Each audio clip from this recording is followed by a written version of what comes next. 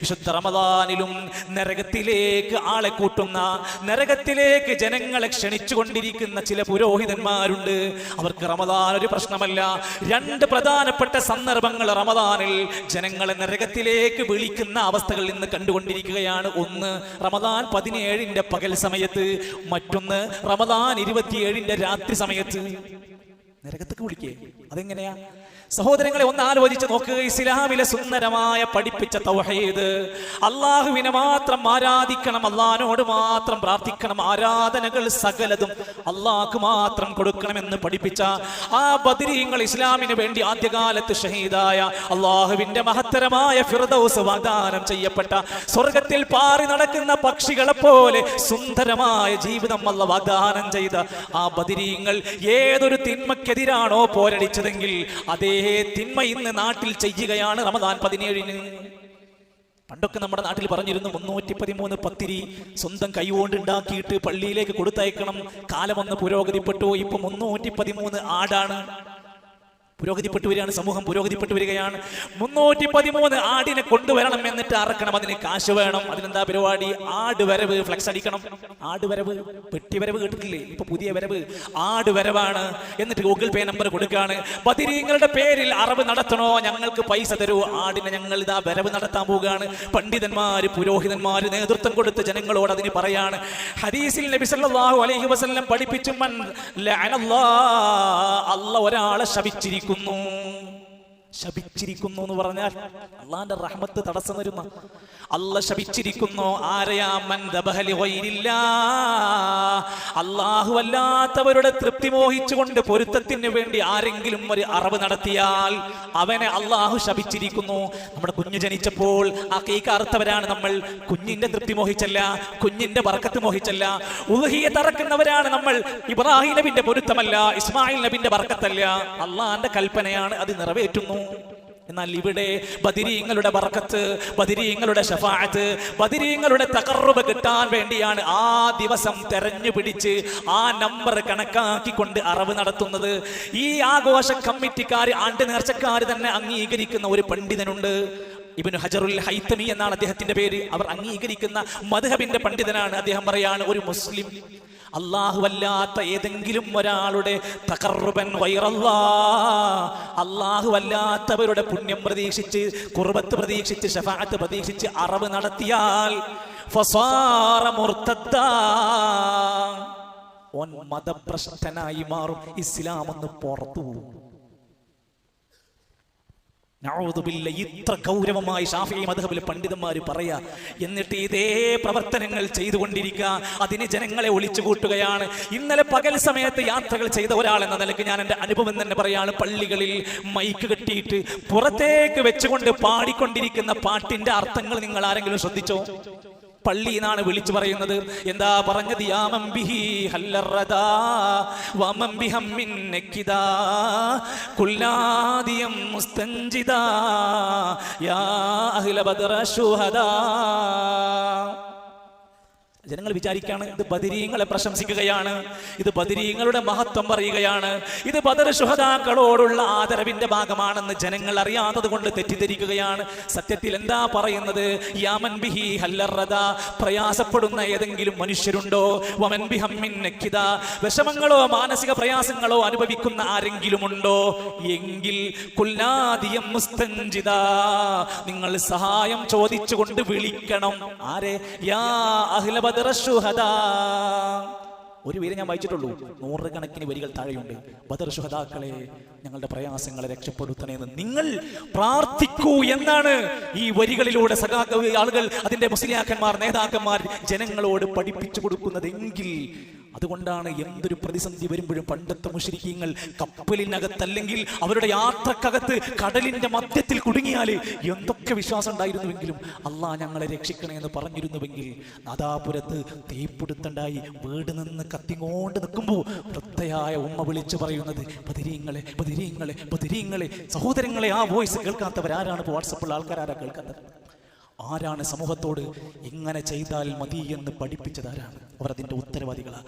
ഫലാ തദ്ഉ മഅല്ലാഹി അഹദാ, നിങ്ങൾ അല്ലാഹുവിന്റെ കൂടെ വേറെ ഒരാളെയും വിളിച്ചു പ്രാർത്ഥിക്കരുത്. ഖുർആന്റെ കൽപ്പനയാണ്. ഇതെങ്ങാനും നിങ്ങൾ സംസാരിക്കുമ്പോൾ ഇതിന് മറുപടി പറയാനും നമ്മളെ ചീത്ത വിളിക്കാനും വഹാബിയാക്കാനും നമ്മളെ പറ്റിയിട്ട് വളരെ മോശമായി സംസാരിക്കാനൊക്കെ ജനങ്ങളുണ്ട്. അവർ പറയുന്നു ഇവർക്ക് ബദരീങ്ങളോട് സ്നേഹമില്ല, ഇവർ ബദരീങ്ങളെ ആദരിക്കുന്നില്ല, ഇവർക്ക് ബദരീങ്ങളെ ഇഷ്ടമില്ല. സുഹൃത്തെ, ഒന്ന് ചിന്തിച്ചു നോക്ക്. അവർക്ക് ഇഷ്ടമില്ലാത്ത, അവർ പഠിപ്പിക്കാത്തത് ചെയ്തത് കൊണ്ടാണോ അവരെ ഇഷ്ടപ്പെടുത്തേണ്ടത്? ഒരിക്കലുമല്ല.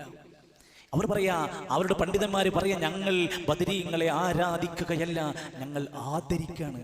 ഇങ്ങനെയാണോ ആദരവ്? ഇസ്ലാമിന്റെ കൽപ്പനകളെല്ലാം ലംഘിച്ചാണോ ആദരവ്?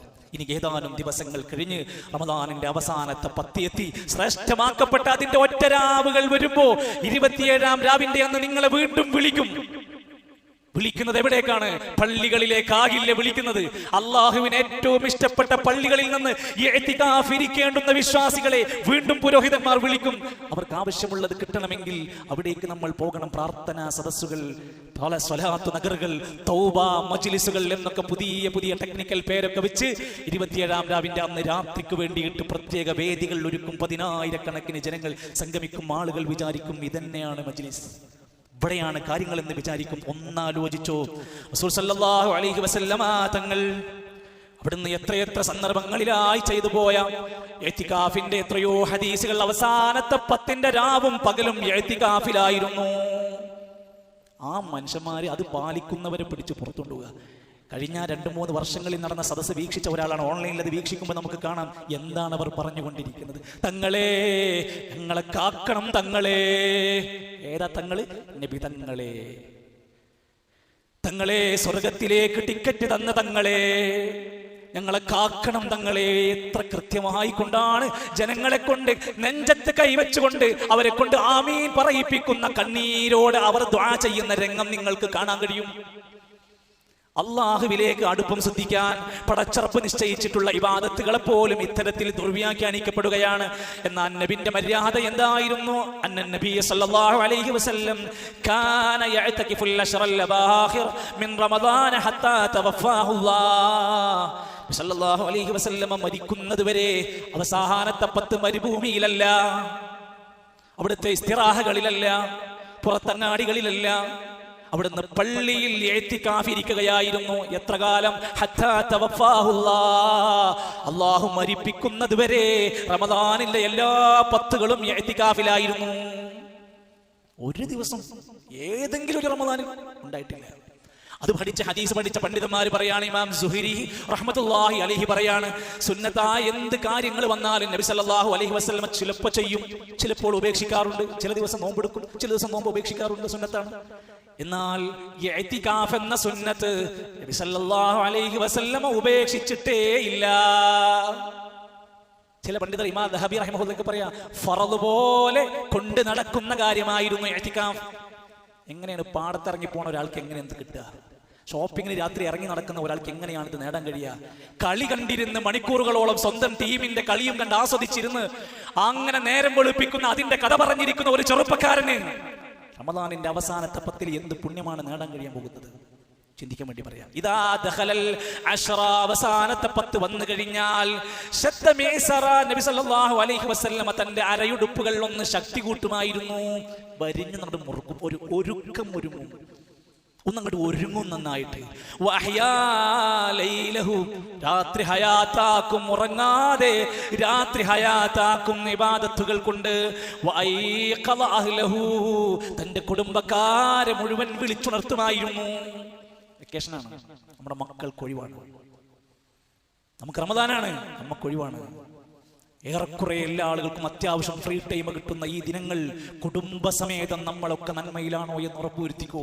ബാപ്പ പള്ളിയിൽ ഇഅ്തികാഫ്, മക്കൾ വിനോദങ്ങളിൽ, ഭാര്യ യൂട്യൂബിൽ, മറ്റുള്ളവർ മറ്റു പലതിലുമായി കഴിഞ്ഞു പോയാൽ ഈ ഹദീസിന്റെ അർത്ഥം വെക്ക് നമ്മൾ സ്വന്തം കുടുംബക്കാരെ വിളിച്ചുണർത്തി ഇബാദത്തിൽ പ്രേരിപ്പിക്കുമായിരുന്നു. ഞാൻ അതിന്റെ തഫ്സീറൊക്കെ വായിച്ച സമയത്ത് സലഫുകളായ മുൻഗാമികളായ സ്വഹാബത്തിന്റെ ചരിത്രത്തിൽ പറയാ, അവര് സാധാരണ ദിവസങ്ങളിലൊക്കെ റമദാൻ അല്ലെങ്കിൽ 7-8 രാത്രി കൊണ്ടൊക്കെ ഖുർആൻ കംപ്ലീറ്റ് ഓതാറുണ്ട്. റമദാൻ വന്നാൽ വന്നാൽ അവർ 3 ദിവസം കൊണ്ട് 4 ദിവസം കൊണ്ടൊക്കെ ഖത്മ ചെയ്യാറുണ്ട്. അവസാനത്തെ 10 വന്നാൽ ഓരോ ദിവസം കൊണ്ട് ഖത്മ ചെയ്യാൻ ശ്രമിക്കാറുണ്ടായിരുന്നു. അതിനാണ് രാത്രി ഉറക്കൊഴിച്ചിട്ട് പണി എന്താണ്? നമ്മുടെ മൊബൈലുകൾ, നമ്മുടെ സംസാരങ്ങൾ, നമ്മുടെ കോമഡികൾ, ഇതൊന്നും നമ്മുടെ രാത്രികളെ റമദാനിന്റെ അവസാന ദിനങ്ങളിലെ നഷ്ടങ്ങളിലേക്ക് നമ്മളെ കൊണ്ടുപോകരുത്. അതാണ് ഞാൻ ആദ്യം സൂചിപ്പിച്ചത്. ഈ റമദാൻ നരകമോചനത്തിന്റെ വല്ലാത്ത സാധ്യതകൾ തുറന്നു തന്നതാണ്.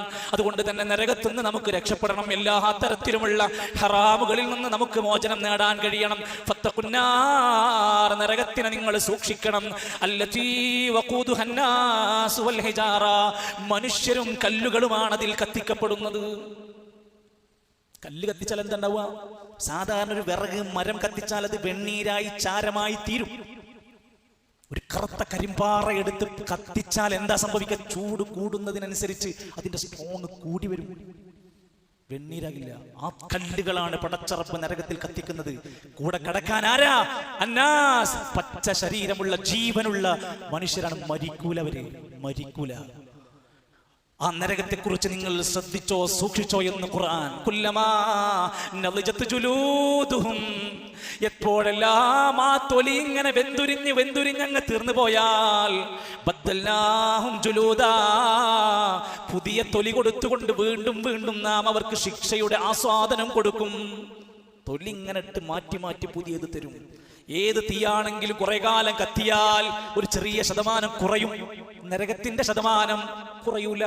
കുല്ലമാ ഖബത് വസിദ്നാഹും സഈറാ, എപ്പോഴെല്ലാം നരകത്തിന്റെ ശതമാനം അങ്ങ് കുറയുന്ന അവസ്ഥ വന്നാൽ നാം അതിനെ വീണ്ടും ആളി കത്തിക്കും. കേടൂല, ഒരു ശതമാനം കുറയൂല. ഇതിനെക്കുറിച്ച് എന്ത് പേടിണ്ട് നമുക്ക്? ഇതിനെക്കുറിച്ച് നമ്മൾ ആരെങ്കിലും ആലോചിക്കുന്നുണ്ടോ? സല്ലല്ലാഹു അലൈഹി വസല്ലം പറഞ്ഞു, നിസ്സാരെന്ന് വിചാരിക്കരുത്. ഒരു ചെറിയ കാര്യം കൊണ്ട് നരകത്തിൽ നിന്ന് രക്ഷപ്പെടുമെങ്കിൽ അത് ചെയ്തോ. ഫത്തഖുന്നാർ, നരകത്തിനെ സൂക്ഷിച്ചോ. വലൗ ബിശഖി തംറത്തിൻ, ഒരു ഈത്തപ്പഴത്തിന്റെ ചീളെങ്കിലും കൊടുത്തിട്ട്, കൊടുക്കാൻ വല്ലതും കൊടുക്കാൻ പറ്റുമെങ്കിൽ ഒരു ഈത്തപ്പഴത്തിന്റെ പൊട്ട് കൊടുക്കാൻ വകുപ്പുണ്ടെങ്കിൽ കൊടുത്ത് നരകത്തിൽ നിന്ന് രക്ഷപ്പെടാൻ ശ്രമിച്ചു. നമ്മൾ പറയില്ലേ, ഒരു 1/2 കിലോ അരി കൊടുക്കാൻ കഴിവുണ്ടെങ്കിൽ കൊടുത്ത് നരകത്തിൽ നിന്ന് രക്ഷപ്പെടാൻ നോക്കിക്കോ. കാഫിരീങ്ങളും മുശ്രിക്കീങ്ങളും വാലിമീങ്ങളും മുനാഫിക്കീങ്ങളും ഒക്കെ നരകത്തിന്റെ അവസ്ഥയിൽ അവർ അനുഭവിക്കുമെന്നും സംസാരത്തിൽ ശ്രദ്ധിക്കാത്തവൻ വരെ വൈലുൽ ലികുല്ലി ഹുമസത്തിൽ ലുമസ, ഹുമസക്കാരും ലുമസക്കാരും ഒക്കെ നരകത്തിലാണ്. കുത്തുവാക്ക് പറയുന്നവർ, പരിഹാസസ്വരത്തിൽ സംസാരിക്കുന്നവർ നരകത്തിലാണ്. ആത്മഹത്യ ചെയ്തവർ നരകത്തിലാണ്. പരലോകത്ത് ഏറ്റവും മോശക്കാരായി വരുന്ന ഒരു വിഭാഗമുണ്ട്, അത്തുജാർ, കച്ചവടക്കാരാണ്. ഹക്കും ബാത്തിലും തിരിക്കാതെ, വേർതിരിക്കാതെ, യാതൊരു മാനദണ്ഡങ്ങളും പാലിക്കാത്ത കച്ചവടക്കാരാ നാളെ പരലോകത്തെ ഏറ്റവും ഫുജാറുകളായ തോന്നിവാസികളായി ഉയർത്തെഴുന്നേൽപ്പിക്കുന്നത്. കച്ചവടക്കാരാണെങ്കിൽ സ്വാദിഖ്യങ്ങളാകാൻ നമ്മൾ നോക്കണം. സത്യസന്ധരായ കച്ചവടക്കാർ. നഷ്ടം ഉണ്ടായിക്കോട്ടെ, പരലോകം രക്ഷപ്പെടും. ലാഭത്തിന് കുറവുണ്ടായിക്കോട്ടെ, നാളെ നരകത്തിൽ നിന്ന് രക്ഷപ്പെടാൻ സാധിക്കും. വിഷയമല്ല. നമ്മൾ ആരും അത് കണ്ടവരല്ല.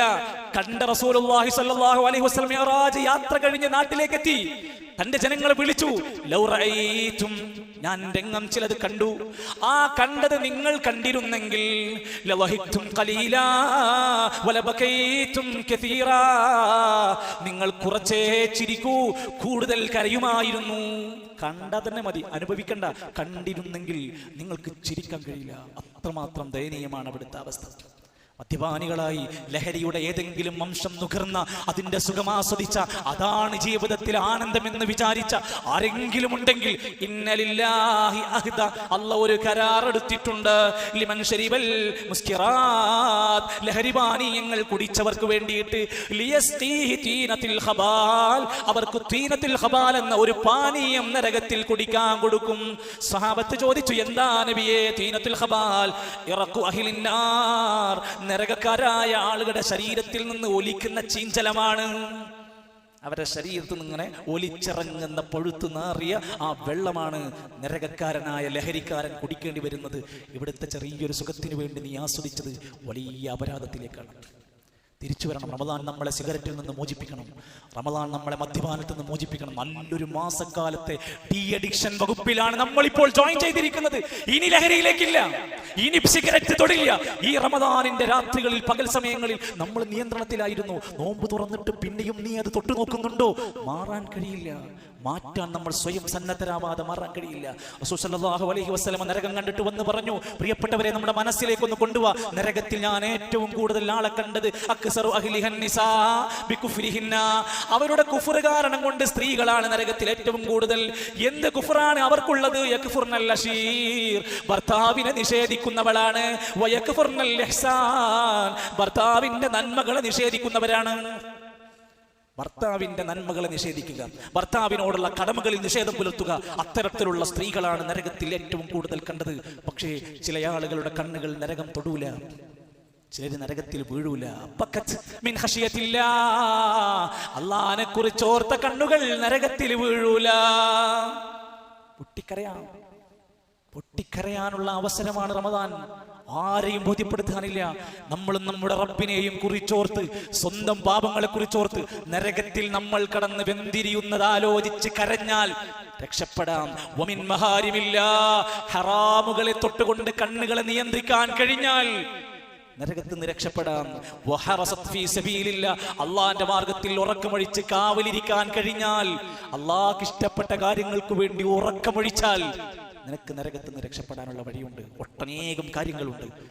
ധാരാളമായ പ്രാർത്ഥനകൾ നമുക്ക് പ്രാർത്ഥിക്കാം. ഹദീസിൽ പറഞ്ഞു, അല്ലാഹുമ്മ അജിർനി മിനന്നാർ, 3 തവണ പറഞ്ഞാൽ അല്ലാഹുമ്മ അജിർഹു മിന്നി, നരകം പറയുമത്ര, അല്ലാഹുവേ എന്നിൽ നിന്ന് അവനെ അകറ്റേണമേ.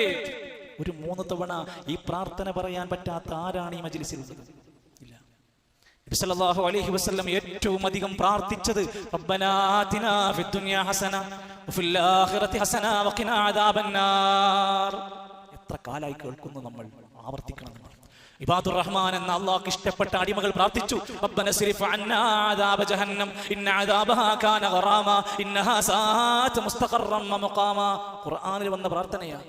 ആലി ഇംറാൻ സൂറത്തിൽ കാണാം, മുത്തഖീങ്ങളായ സ്വർഗ്ഗാവകാശികൾ അവർ പ്രാർത്ഥിക്കുന്നവരാണ്. അല്ലദീന യഖൂലൂന, അവർ പ്രാർത്ഥിക്കാറുണ്ട്, റബ്ബനാ, ഞങ്ങളുടെ റബ്ബേ, ഇന്നനാ ആമന്നാ, റബ്ബേ ഞങ്ങൾ വിശ്വസിച്ചവരാണ്, ഞങ്ങൾ ആത്മാർത്ഥമായി ഈമാൻ സ്വീകരിച്ചവരാണ്, ഫഗ്ഫിർ ലനാ ദുനൂബനാ, ഞങ്ങളുടെ പാപങ്ങളൊക്കെ ഞങ്ങൾക്ക് പുറത്തു തരണം, വഖിനാ അദാബന്നാർ, ഞങ്ങളെ നരകത്തിൽ നിന്ന് രക്ഷപ്പെടുത്തണേ എന്ന് നന്നായി പ്രാർത്ഥിക്കുന്നവരാണ് അവർ.